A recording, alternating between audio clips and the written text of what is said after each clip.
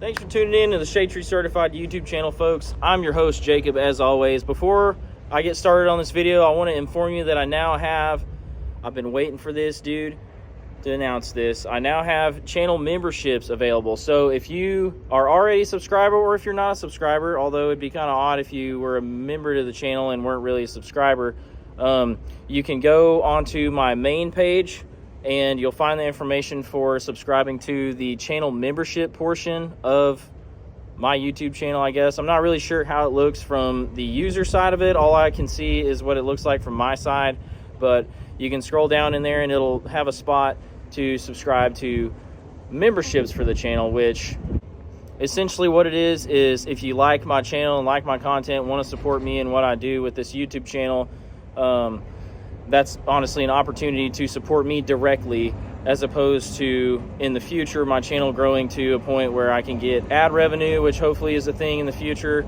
I have surpassed 5,000 followers or subscribers today, April 1st.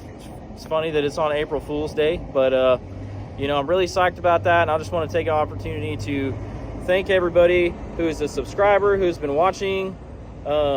It's not unnoticed by me. I really had no intentions of getting any more than 100 subscribers. Well, I had intentions, but I didn't have any clue that I would get more than 100 subscribers. I just think it's cool to make videos and explain what I do for a living and show a part of the world that some people don't really get to see. So I'm rambling a little bit, but the main meat and potatoes of what I'm trying to say here is I have memberships now live. So if you want to go turn on the membership stuff on YouTube, that would support me directly, give me, I guess, a direct correlation to what it would give me is the ability to buy a GoPro or a microphone or a camera, period, or a tripod or something like that, in order to make better content for you guys that's a little bit more enjoyable and a little bit more engaging. So if that's something you feel like you want to do, go ahead on my main channel page, get set up for those membership subscriptions there. I'm gonna go ahead and get to the video now. Appreciate it. Y'all enjoy. It's another beautiful day out here on the Shade Tree Certified YouTube channel. And today I'm working on a WA600-8 wheel loader. Let me show you what I got going on in here. So on this unit, we've got a transmission output shaft leak on the front output shaft seal of the transmission. Some people might call it a transfer case, but transmission transfer case, they're all bolted together. They all do the same job. So got a front output seal leaking. This thing's actually been resealed already, but it's leaking again for whatever reason. So my job here today is to take it back apart and figure out why it's leaking again and get it fixed so this thing can get up and running again. So first step here is to obviously take this drive shaft out. I'm gonna start out by taking out this this loop right here. Just basically protects everything in case that drive line lets go. It doesn't smack around and hit these cylinders and everything else. So I'm gonna take that off, and then I'm gonna remove this drive line and get going on removing the output shaft yoke and the bearing holder and everything else. So I've already drained the oil out of the unit. That's what all these buckets are over here. If you're having to do this job, take 5-gallon buckets with you, because the quick reference guide is freaking wrong. So I'm gonna take this drive shaft out and check back with you in a second.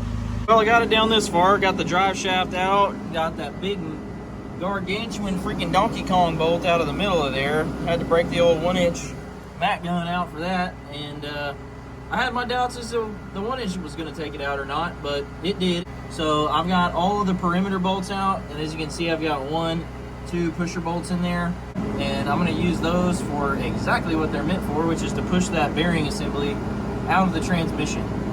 So I'm going to go ahead and get my impact on those. And when you're doing this on anything that's got pusher holes in it, you want to be sure to do it evenly so as not to like get that thing bound up or break or crack it or whatever, because that is cast iron. And if you just go hoeing down on one bolt with your impact, it'll dang sure break that mounting gear off. So you want to be extra careful when you're using pusher holes, no matter what it's on. So I'm going to get those pusher hole bolts ran in, and hopefully that thing will just fall out of there and I can load it up and get it torn apart.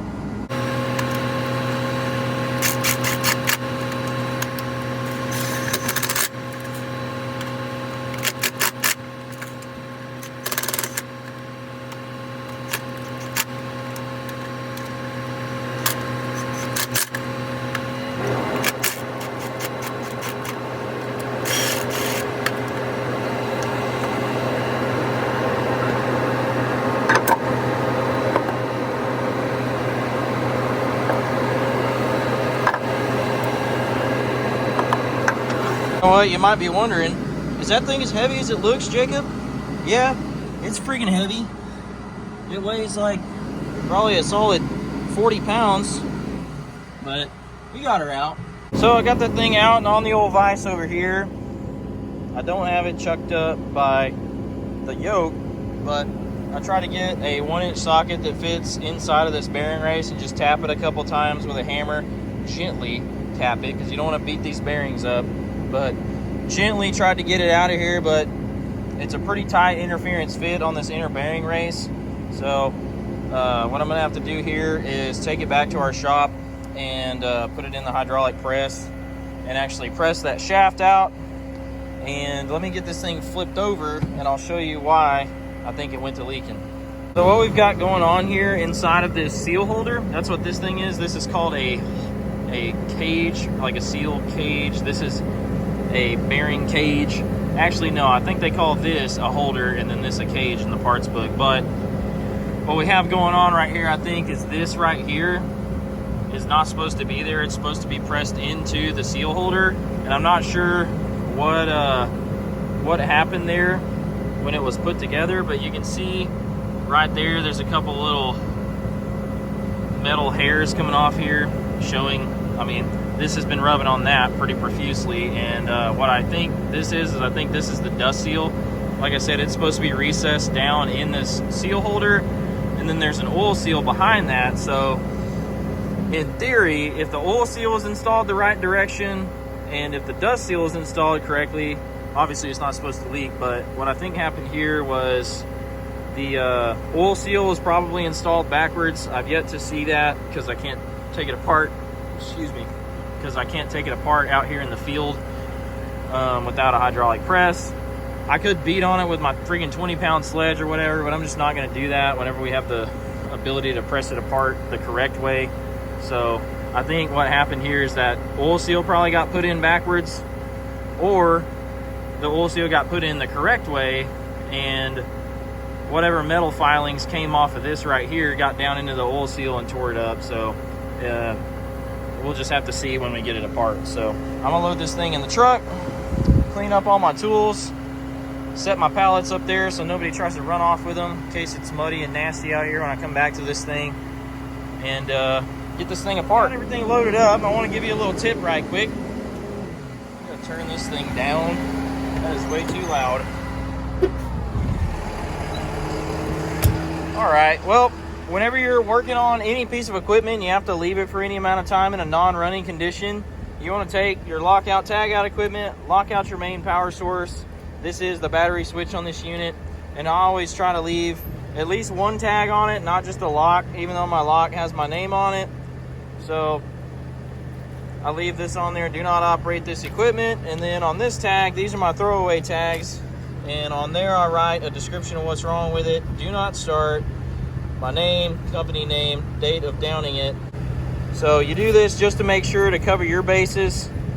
Take a photo of it.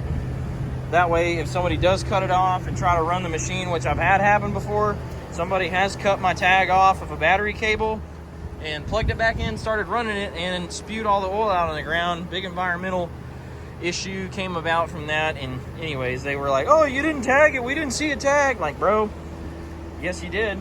Here's my photo of it, and that saved myself and who I was working for a lot of headache at the time. So be sure to tag out your equipment. I've got all that covered up as best I can to keep dirt and water out of it, because we're expecting to have some more rain in the next couple of days. So I'm gonna get this whole thing back to the shop, stick it in the press, and get that bearing taken apart. You can see here I got this yoke pressed out of the bearing assembly, and this dust seal was installed like that onto this yoke, which it doesn't install like that, for one.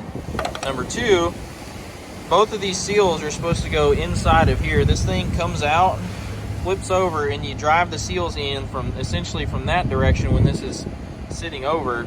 And both these seals are supposed to be inside this lip. And where these guys made a mistake is they tried to install the seal somehow right there. Somehow, not really sure, but there's part of the lip. And then this seal on the inside isn't actually too torn up, but it's not it's not installed the correct way. So I'm going to take this off right here. I got to use the pusher holes to get it apart. And I'm going to flip it over, take those seals out. And I've actually ordered a new one of these since there's a groove worn in here. I'm going to go ahead and replace this part. And it seems like the bearings are okay, but I may or may not replace those bearings. They feel a little bit gritty right now, but I mean, overall they feel okay. That might have just been a piece of dirt in there. Yeah, they feel all right. So probably not going to replace the bearing, but I did go ahead and order all that stuff just to be safe in case this bearing was bad. So I'm going to go ahead and get this part taken off, and then get it flipped over, get this seal taken out, and see what the inside of this seal looks like, because it doesn't look torn up, but it was still leaking. So I got to do some further investigation on that.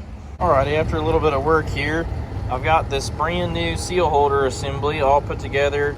Like I said earlier, this seal holder, and I'll show you this old one. This seal holder, when you install these seals, actually gets flipped upside down, and you take the dust seal first. Take the dust seal first, and you install it where the lips of the dust seal are facing outward, out towards the environment, because it's keeping the dust out of the part. And then on the oil seal, you want to face the lip facing in, so it keeps the oil on the inside of the unit. So this thing was installed incorrectly. As you saw earlier, this seal was installed on top of this outer bore somehow. So anyways, that just wasn't right, and it tore up this outside radius of that little seal holder a little bit. So I went ahead and replaced it. That doesn't really affect the functionality of the part, but it's not right. It's not factory. If I was a customer and saw that on my unit, I'd not be happy about it. So I went ahead and put this brand new one on there. The shimming procedure for this thing in the book, it says to install this thing without the O-ring all the way down, and basically install these finger tight, because it says install it at 0.5 to 1 Newton meter, and a Newton meter is less than a foot-pound, so it's essentially finger tight. Measure the thickness up under here, this thickness right here. Say take your shims, build you a shim pack that makes 40 thousandths, but I just took me some shims, and whatever shims slipped in there like they're supposed to, in a decently tight fit, which ended up being 2 of the thickest shims on each side. I just got those, put them in here, and then it says torque them to the specified torque, which it didn't specify torque. The only torque it specified is for when you are test fitting all this stuff. So you take it back apart, put your shims up in there, which they just slip in the side, but I had to put my O-ring on.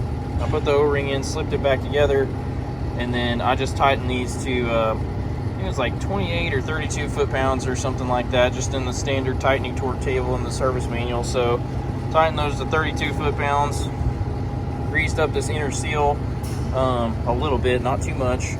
And the next step is going to be taking this thing and pressing it back into these inner bearing races. I'm going to take this thing inside, get it lined up. I'm going to lubricate this a little bit, that seal face just a tad, and it does have wear on it, but it's nothing that even remotely catches on my fingernail. Like I can't even feel where the seal rides, just feeling it with my finger. So it's more than okay to put back together like this. I'm probably going to hit this with the emery cloth a little bit to clean some of this, whatever that is off there. I can't feel it either, but it just makes me feel better when stuff is clean when I'm putting it back together. So I'm going to clean that up right quick and step inside here, press it back together, and then after that, be able to load this thing up and go put it back on the machine tomorrow. We went to press the yoke into the bearings, and I noticed that this I guess protector ring right here on the old yoke was missing, and I didn't really catch that right off the bat. It was, they usually have them on there. Like every driveline I've ever seen has this little protective collar on there to keep bigger rocks and stuff like that from getting into the seals. So I didn't notice that, but as luck would have it, I ordered literally everything I needed to rebuild this entire bearing assembly. I ordered this bearing cage, I ordered the bearings themselves, I ordered the yoke, obviously, I ordered this seal holder, I ordered all the seals, everything like that. And it just so happens that Komatsu does not sell this protective ring separately from the yoke. So I went ahead and did what my only option was just to install a brand new yoke on this thing.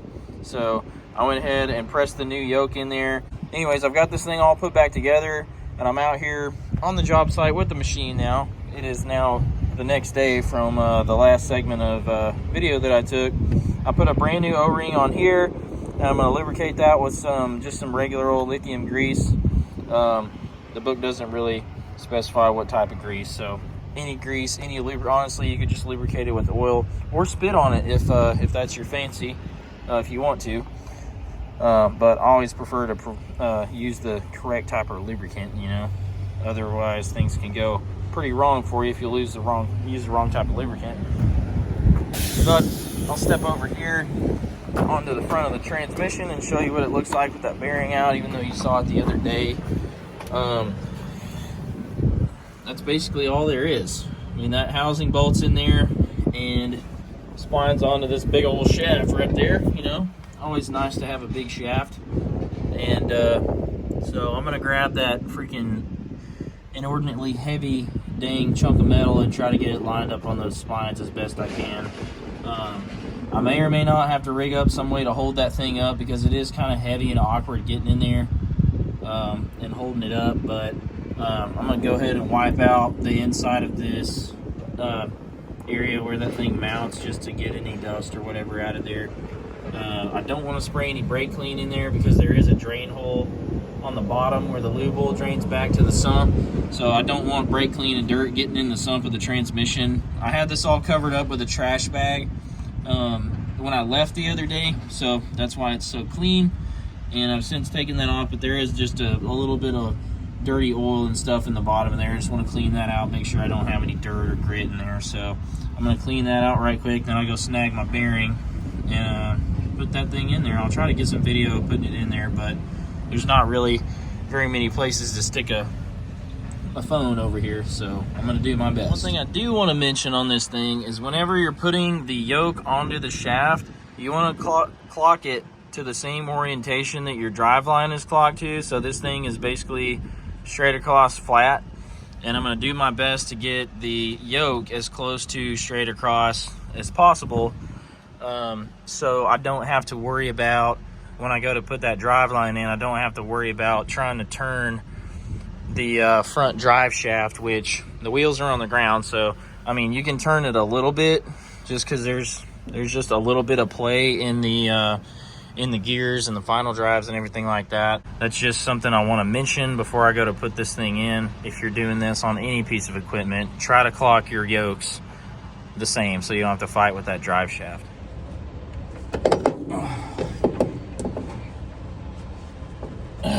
This thing is freaking heavy, folks. And I slept on my shoulder wrong last night, so that's not helping me either.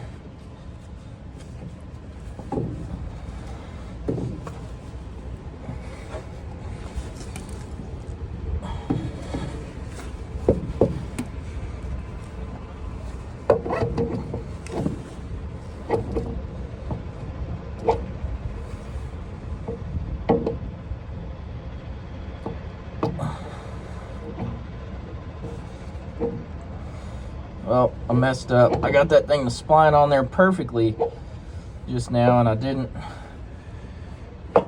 just go ahead and shove it on like I should have. So there we go. Get those holes lined up, and that's all it takes right there. That actually went surprisingly easy. There we go. Heck yeah. That wasn't as bad as I thought it was going to be. I'm gonna put these in. I'm gonna go see what the torque value is on these bolts. Probably gonna be something like 50 foot-pounds or something like that. These are just 12 millimeter grade 10.9 bolts, so they're not gonna tighten to an insane torque. But the one that is gonna torque to the value of freaking Jesus is this bolt right here, which I'm gonna have to go clean the threads off of.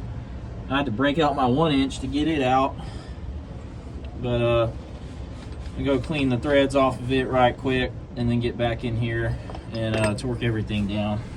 Alrighty, so I tried to look up the torque spec for these 19mm bolts right here in the book, and they don't give me one. So I just ran those things in with my handy dandy Milwaukee mid torque, and that's gonna hold those. But this bolt right here, this Gigantor bolt, it torques from, I think it was, let's see, 828 Newton meters up to 1,030 Newton meters, something like that. And if you convert that to foot-pounds, it torques from 600 up to 760 foot-pounds. So I'm gonna do an experiment right quick with my trusty old OG Generation 1 freaking Milwaukee half-inch impact. And supposedly these things had 500 pounds of torque, so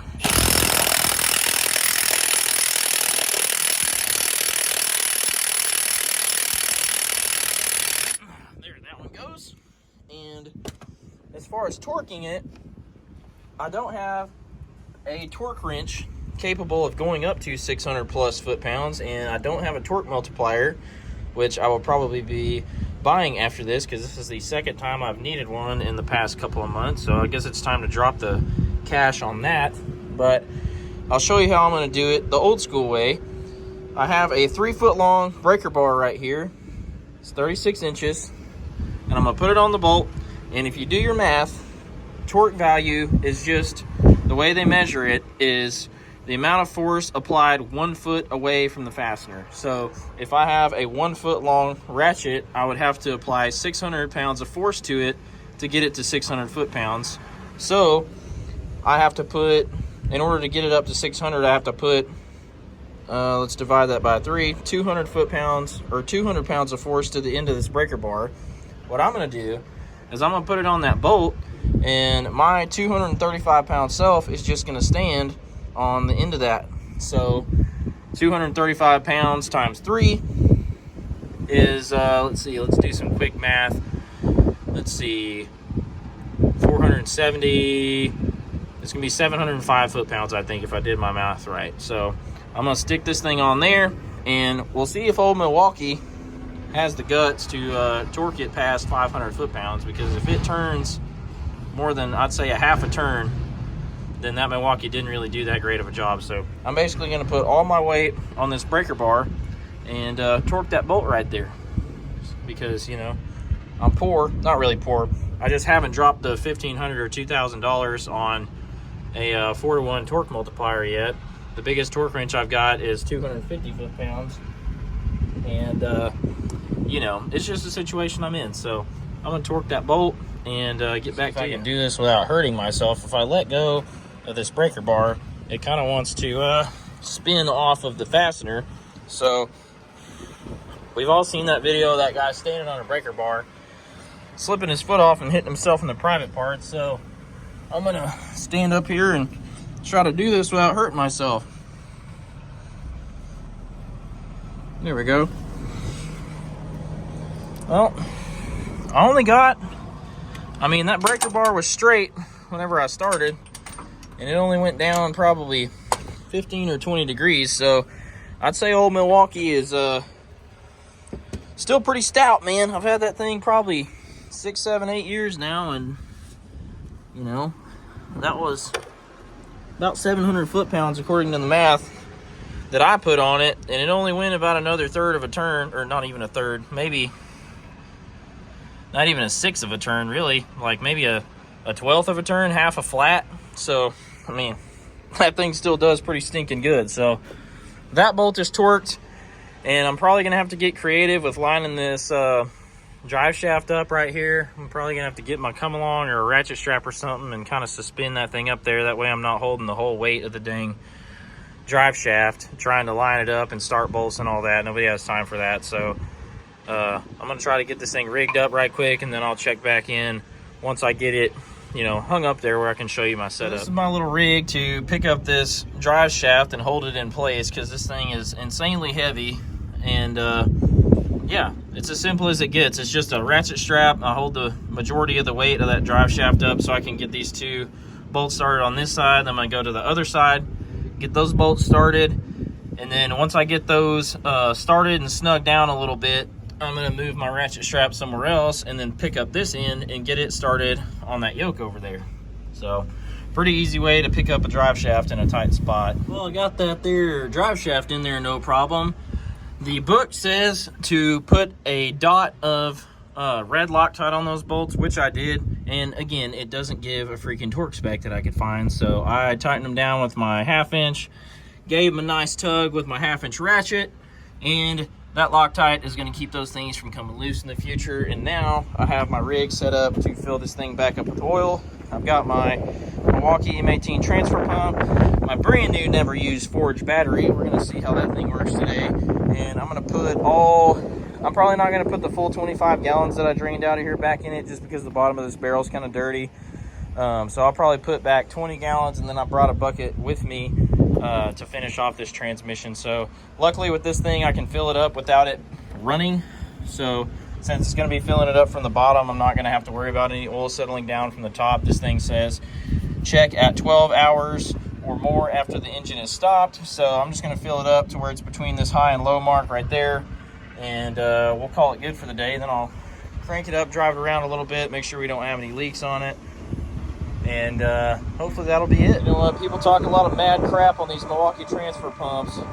Some people say they're overpriced. Some people say, oh, they're not worth it. You're not supposed to pump oil or diesel or anything with them. But it just took me about less than 10 minutes to fill this transmission up. Yes, 10 minutes. That's 25 gallons of oil. 5, 10, 15, and then about 10 gallons out of that barrel. So don't worry about that little bit of spillage. The vent was clogged and it overflowed on me. It sure beats the heck out of holding the bucket up chest high for, I don't know, probably 5 minutes per bucket, because you can't go that fast without making a huge mess everywhere. I mean, I know I already did, but I mean, I would have done that if I had buckets or a transfer pump, but I mean, I'd much rather do this than hold buckets up at my shoulder height. As always, folks, I appreciate you watching the Shade Tree Certified YouTube channel. If you've made it this far, go ahead, give me a like on this thing, subscribe, turn on your post notifications, and share this video with everybody that you know so I can help continue to grow my channel. Pretty psyched that I just reached 5,000 subscribers. Like I said, thanks again for watching. I greatly appreciate your support and getting me to 5,000 subscribers. I'm super psyched about that, and hopefully the channel continues to grow. Hopefully people continue to find this and find my content entertaining, or at least informative at the very least. If you don't enjoy watching it, at least maybe you can learn something off of it. So that's going to be it for today. I appreciate you watching again, and I'll see you on the next one.